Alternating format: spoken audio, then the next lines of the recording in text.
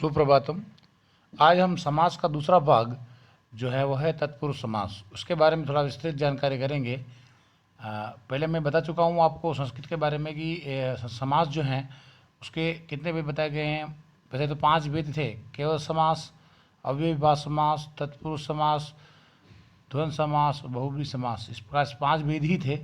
लेकिन हम जो 6 to 10th में पढ़ते हैं उसमें 6 भेद मान सकते, 4 भेद हैं मुख्यतः। केवल समास नहीं होता है, 4 भेद ही होते हैं, जिसमें पहला अव्ययीभाव समास अपन पढ़ चुके हैं। दूसरा जो है तत्पुरुष समास है, इसी का एक भेद एक कर्मधारय है, और उसके बाद एक भेद और है उसका द्विगु। तो आज हम तत्पुरुष समास के दोनों भेद जो हैं कर्मधारय और द्विगु और एक नए तत्पुरुष समास, ये हम पढ़ने वाले हैं। तो आप ध्यानपूर्वक देखें, आपको समझ में आ जाएगा बिल्कुल। चलिए सबसे पहले बात करते हैं हम तत्पुरुष समास जो हैं। इस तत्पुरुष समास के अंदर क्या है, देखिए वेदीकरण और समानाधिकरण तत्पुरुष दो भेद हैं। मुख्यतः अगर बोले तत्पुरुष समास के कितने भेद हैं, तो एक पहला भेद है वेदीकरण तत्पुरुष समास और दूसरा बताया गया है समानाधिकरण तत्पुरुष समास। अब बात करते हैं इसमें कि वेदीकरण तत्पुरुष समास में होता है विभक्ति तत्पुरुष समास और नए तत्पुरुष समास। इसके 2 भेद हैं वेदीकरण के। और समानाधिकरण तत्पुरुष समास का एक भेद है कर्मधारय और एक भेद है आपका द्विगु समास। तो मुख्यतः ये भेद तत्पुरुष समास के हैं और यही हम आज अध्ययन करने वाले हैं। तो आप ध्यानपूर्वक देखें, आगे देखिए। चलिए सबसे पहले तत्पुरुष समास की परिभाषा अगर देखी जाए क्या है। तत्पुरुष समास होता है क्या, तत् प्लस पुरुष, ठीक है ना, उसका पुरुष। इस समास में प्रायण उत्तर पद की प्रधानता होती है। हमारे पास 2 पद होते हैं, आगे वाला पद और पीछे वाला पद। आगे वाला पद अव्ययीभाव समास में होता है, इसलिए प्रायण पूर्व पद प्रधान कहते हैं। और यहाँ पर जो पीछे वाला पद प्रधान होता है तो यहाँ पर होगा उत्तर पद प्रधान, ठीक है। और इसके दोनों ही पदों में अलग अलग विभक्तियाँ होती है। 2 पद है और दोनों ही पदों में अलग अलग विभक्तियाँ होती है। कहीं कहीं पर दोनों पदों में समान विभक्ति भी होती हैं। ऐसी स्थिति में पूर्व पद की विभक्ति का लोप करके समस्त पद बनाया जाता है। क्या होता है, जो विभक्ति होती है ना, उस विभक्ति का क्या कर दिया जाता है, लोप कर दिया जाता है और वो तत्पुरुष समास बन जाता है। इसमें द्वितीय से सप्तमी तक की विभक्ति का लोप करके समस्त पद बनाया जाता है। ये वेदीकरण तत्पुरुष की बात चल रही है यहाँ पर, ठीक है। और सामान्यतः तत्पुरुष समास के 2 प्रकार का होता है, ठीक है ना। पहला कौन होता है, वेदीकरण तत्पुरुष समास, ठीक है ना। तो वेदीकरण तत्पुरुष समास है, उसके कितने भेद बताए गए हैं, उस वेदीकरण तत्पुरुष समास के वापस 6 भेद बताए गए हैं, ठीक है। जैसे पहला द्वितीय तत्पुरुष समास। इस समास में पूर्व पद द्वितीय तृतीय आदि विभक्ति वाला होता है। जैसे देखिए शरणम आगत, तो शरणम, तो शरणम किसमें आता है, राम म द्वितीय आगत, तो शरणम आगत द्वितीय तत्पुरुष समास है। इसके लिए कुछ पर्टिकुलर शब्द दिए गए हैं, शीत, अतीत, पतित, आपन्न, गत, अत्यस्त आदि शब्द दिए गए हैं। ये अगर पीछे उत्तर पद में होते हैं तो यहाँ पर तत्पुरुष समास और द्वितीय तत्पुरुष समास होता है, ठीक है ना। तो चलिए इसी प्रकार से कि यहाँ आगत आ गया, ये प्राप्त आ गया, ये प्राप्त आ गया जहाँ है, तो इसके आगे पीछे वाला पद तो सेम टू सेम रहेगा, गत, प्राप्त और प्रागत। लेकिन जो आगे शरण है ना, शरण सुख है, इन सब में म लग गया है, शरणम सुखम, इसे द्वितीय तत्पुरुष समास कहते हैं। ये रहा आपका द्वितीय तत्पुरुष, ठीक है। और ज़्यादा इसमें टेंशन लेने की जरूरत नहीं है। और इसको अगर आप देखेंगे तो क्या कौन सी विभक्ति, देखिए शरण को आया, शरण को प्राप्त, सुख को प्राप्त, तो का के कर्ता ने कर्म को आ रहा है, को चिन्ह का लोप हो रहा है। बस चिन्ह को देखिए और तत्पुरुष समास बता दीजिए।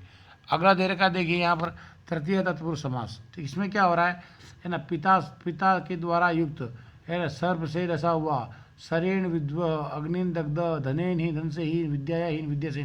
तो यहाँ पर से द्वारा, से और द्वारा, हिंदी में जो चिन्ह थे, कर्ता ने कर्म को, करण से द्वारा, से एन द्वारा चिन्हों का लोप हुआ है यहाँ पर, है ना। यहाँ पिता से युक्त, सर्प से डटा हुआ है ना, ये जहाँ जहाँ चिन्ह का लोप हो गया। लेकिन अब यहाँ पितृ है, पितृ शब्द की तृतीय विभक्ति क्या होती है, पित्रा, तो पित्रा युक्त। सर्प शब्द की क्या होती है, सर्पेन दष्ट। सर शब्द क्या होती है, सरेण विद्ध।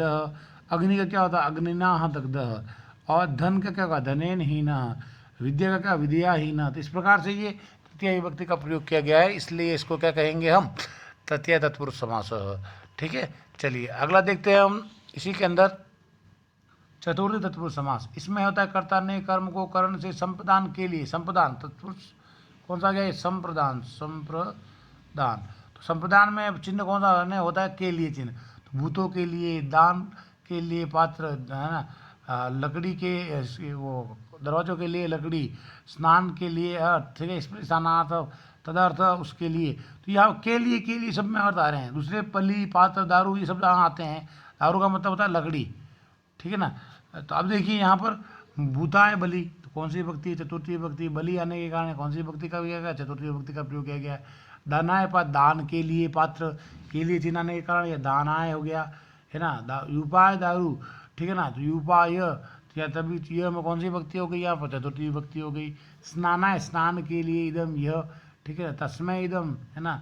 और इस प्रकार से यह इन सभी में जो पहला पद है उनमें तो चतुर्थी विभक्ति का प्रयोग किया गया है पीछे इन शब्दों को देखते हुए। तो ये छोटी छोटी बातें हैं, हमें ध्यान रखनी है। विभक्ति जहाँ पर जो होती है उसका बहुत ध्यान रखना है आपको। चलिए पंचमी तत्पुरुष समास में देखते हैं हम। पंचमी तत्पुरुष समास में होता है से अलग अर्थ में, किसमें, से अलग अर्थ में पंचमी तत्पुरुष समास का प्रयोग रहता है। अब देखिए जहाँ पर भय की बात हो, मुक्त की बात हो, पतित अलग होने की बात हो, अलग, तो वहाँ पर हम पंचमी तत्पुरुष समास लगाते हैं। चोरात भयम, चोर भयम, समझ, ये तो है समास विग्रह, ये समझ पर। चोरात भयम, चोर भयम, जो चोरात में पंचमी। रोगात मुक्त, रोग से मुक्त। अश्वात पतित, घोड़े से गिरा, ठीक है। स्वर्गात पतित, स्वर्ग से अलग, ठीक है ना। सिंहात भीतर, सिंह से डरा हुआ। डरना, भय करना, मुक्ति करना, अलग होना आदि अर्थ में पंचमी विभक्ति का पंचमी तत्पुरुष समास कहलाता है, ठीक है। चलिए ज़्यादा मैं आपको इसमें नहीं ले जा रहा हूँ, केवल आपको अर्थों का ध्यान रखना है। अगर अर्थ आ गया हिंदी में तो आप आराम से कर लो, क्योंकि विभक्ति चिन्ह मालूम चल जाएगा। षष्ठी तत्पुरुष समास की बात करते हैं। क्या देखिए, राजा का पुरुष, राजपुरुष, राज्य पुरुष, षष्ठी विभक्ति हो गया। देवा नाम पति, देवों का पति देवपति। नराणाम पति, नरों का पति नरपति। देवस्य पूजा, देवताओं की पूजा। सुख से भोग, सुख का भोग। सब में काके की रारे चिन्ह लगा हुआ है, इसलिए षष्ठी तत्पुरुष समास का प्रयोग किया गया है, ठीक है। आगे देखते हैं सप्तमी तत्पुरुष समास। देखिए यहाँ पर होता है मैं पेपर, मैं पेपर चिन्ह आना चाहिए। युद्ध में निपुण, तो युद्ध निपुण। कार्य में कुशल, कार्य कुशल। शास्त्र में प्रवीण, शास्त्र प्रवीण। जले मग्न, जल में मग्न, जल मग्न। सभायाम पंडित, सभा में पंडित, सभा पंडित। देखिए सब में यहाँ पर मैं पेपर ये जो चिन्ह आए हैं, इसलिए इसको क्या कहा गया है, सप्तमी तत्पुरुष समास। आगे अपन बात करते हैं नए तत्पुरुष समास की। नए तत्पुरुष न, देखिए ना, इसी का भेद है, किसका, भेदीकरण तत्पुरुष समास का दूसरा भेद है। पहला था विभक्तियों वाला, और दूसरा जो था वो नए तत्पुरुष समास। नए तत्पुरुष समास में क्या होता है, देखिए यहाँ पर न आता है, आगे क्या आता है, न आता है, और न का क्या बन जाता है, अ। न धार्मिक, न था, न का बन जाएगा अधार्मिक हो गया। न सुगम, तो न का क्या बन जाएगा, असुगम। न आदि, न का यहाँ अन बन जाएगा, क्यों, ये पीछे स्वर आ रहा है न के बाद। अगर व्यंजन आएगा तो न का अ बनेगा, और स्वर आता है न के बाद में, देखो न के बाद आदि आ रहा है, अस्वर है, तो यहाँ पर अन बन जाएगा, तो बन जाएगा अनादि। न सत्यम, तो असत्यम। तो इस प्रकार से बहुत ईजी है। नहीं तो जहाँ पर अ लगा हुआ होगा समस्त पद में, अधार्मिक, असुकम, अनादि, असत्यम, नेगेटिव बात की जाए, वहाँ पर होगा आपका नए तत्पुरुष समास। और न के बाद व्यंजन होगा तो क्या बन जाएगा, अ, और स्वर होगा तो बन जाएगा अन। बस इतना सा आपको देखना है, समझ में आ जाएगा। अब आता है समानाधिकरण तत्पुरुष समास। उसका जो पहला भेद है वो है कर्मधारय समास। समानाधिकरण का पहला है कर्मधारय समास। कर्मधारय समास क्या होता है इसके बारे में पढ़ेंगे। इसके दोनों पदों में विभक्ति समान होती है। कर्मधारय के दोनों पदों में विभक्ति समान होती है। इसके 3 स्वरूप होते हैं। कभी कभी विग्रह पदों में पूर्व पद विशेषण होता है, उत्तर पद विशेषण, विशेषण विशेष का भाव होता है। किसी की विशेषता जहाँ बताई जाती है, सुंदर बालक, बालक कैसा है, सुंदर है। गाय सफ़ेद है, गाय के सब, तो वहाँ कर्मधारय समास होता है। और कभी कभी पूर्व पद में उपमान, तुलना की जाती है। अच्छा, बादल जैसा काला, कैसा है, बादल जैसा, यहाँ पर क्या तुलना की जा रही है। और कभी कभी दोनों पद विशेषण होते हैं। कभी कभी ऐसा भी होता है कि दोनों ही पद जो होते हैं, काला और सफ़ेद, सफ़ेद और काला, गर्म और ठंडा, दोनों विशेषताएं। तो ये पद आपका कौन सा हो गया, कर्मधारय समास में 3 भेद बताए गए हैं, ठीक है। तो चलिए कर्मधारय समास में अपन देख लेते हैं कुछ उदाहरण, ठीक है। कर्मधारय विशेषण में, विशेषण विशेष कर्मधारय, ये देखो, नीलो उत्पलम, नीला है जो उत्पल। विशाल वृक्ष, विशाल कैसा है, वृक्ष है जो विशाल है। तो यहाँ पर ये विशेषताएं बताई जा रही है। फल कैसा है, मधुर है। पुत्र कैसा है, बड़ा है। राजा कैसा है, कुत्सित है। पुरुष कैसा है, सुंदर है। यह विशेषताएं जब बताई जा रही है, समझ में आ रही है आपको। महान च असौ राजा, तो ये यहाँ पर सबकी विशेषताएं बताई गई है, इसलिए विशेषण विशेष कर्मधारय समास है, ठीक है। चलिए आगे बात करते हैं वापस यहाँ पर। तो यहाँ हो रहा है आपका उपमान उपमेय कर्मधारय समास। क्या होगा, यहाँ पर तुलना की जाएगी। घनश्याम, बादल जैसा काला, क्या हो, घनश्याम का मतलब बादल जैसा काला। कमल सुख, कमल मुखम, कमल जैसा मुख, चंद्रमुखम चंद्रमा जैसा मुख, और नर सिंह, नर है जो शेर, शेर जैसा नर इंसान। तो घन इव श्यामा, इव इव लग रहा समय, कमलम इव श्यामा। पहले उसमें क्या लग रहा था, वहाँ पर केवल अलग अलग करके लिख रहे थे, या इव लगाना पड़ेगा बीच में। और इसी की में बात की गई एक उपमा, जिसके साथ उपमा की जाती है। और उपमे का मतलब होता है जिसकी उपमा के साथ उपमा की जाती है। अब आपका चलता है कर्मधारे, जिसका जो उभय पद विशेषण कहते हैं हम। तो शीत च उष्ण च, तो यहाँ दोनों ही पद क्या है, प्रधान है, शीत और उष्ण, रक्त और पीत, लाल और पीला, आदो च पद पश्चात उत्थित। तो इस प्रकार दोनों पद जहाँ पर शीतोष्ण रक्त पीत, ये जो है ना, इसको हम क्या कहेंगे, हम कर्मधारय उभय पद विशेषण समास। तो इस प्रकार बेटा आज हमने जो ये पढ़े हैं कर्मधारय समास को पढ़ लिया है।